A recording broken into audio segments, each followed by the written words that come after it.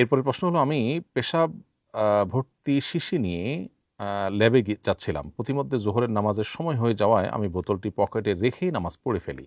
আমার নামাজ হয়েছে কিনা? উত্তর হলো না দর্শক, আপনার নামাজ হয়নি। কারণ আ নামাজের জন্য শরীর এবং কাপড় এবং নামাজের জায়গাকে পাক রাখা, পবিত্র রাখা এটা অবশ্য কর্তব্য।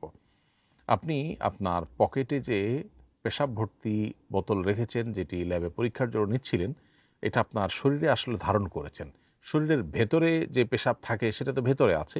এটা কিন্তু ভেতরে থাকা পেশাব নয়। বোতলে থাকা পেশাব আপনি পকেটে নিয়ে যদি সালাত আদায় করেন, তাহলে সেক্ষেত্রে সে সালাত বিশুদ্ধ হয়নি এবং এই সালাত আপনাকে পুনরায় আদায় করতে হবে। এবং পরবর্তীতে খেয়াল রাখতে হবে যে শিশিতে বা বোতলে কোনো স্যাম্পলের জন্য পেশাব থাকলে সেটা আলতো করে কোথাও রেখে তারপর আপনাকে সালাত আদায় করতে হবে। আর না হলে পবিত্রতার সাথে সালাত আদায় করবার যে নির্দেশনা, এটির ব্যর্থ হওয়ার কারণে সালাত হবে না এবং সে সালাত যদি পড়ে থাকেন পুনরায় আপনাকে আদায় করতে হবে। এরপর